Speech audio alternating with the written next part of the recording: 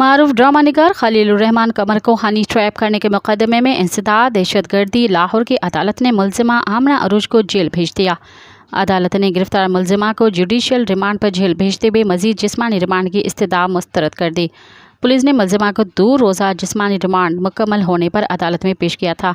मुलजिमा के खिलाफ थाना सुंदर पुलिस ने मुकदमा दर्ज कर रखा है। अदालत ने आमना अरूज को 14 रोज़ा जुडिशल रिमांड पर जेल भेज दिया। पुलिस की जानिब से दरख्वास्त में मौक़िफ़ अपनाया गया था कि मुलजिमा के घर के किराए नामे की रिकवरी करनी है। अदालत 15 रोज़ा जिस्मानी रिमांड फराम करे। ख्याल रहे कि खलीलुर्रहमान कमर को 15 जुलाई को मुबैना तौर पर अगवा करके तशद्दुद का निशाना बनाया गया था। मुलजिमान के खिलाफ 21 जुलाई को थाना सुंदर में मुकदमा दर्ज किया गया था। पुलिस का कहना था कि मरकजी मुलजिम हसन शाह और लड़की समेत 12 मुलजिमान पुलिस के तहवील में हैं।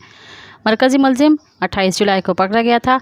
29 जुलाई को ड्रामा निगार की नासिबा वीडियो वायरल हुई थी। मज़ीद ख़बरन ऐं तफ़सीलात लाइ विज़िट कयो असांजी वेबसाइट www.awamiNewsHD.com ऐं ॾिसंदा रहो अवामी न्यूज़ HD।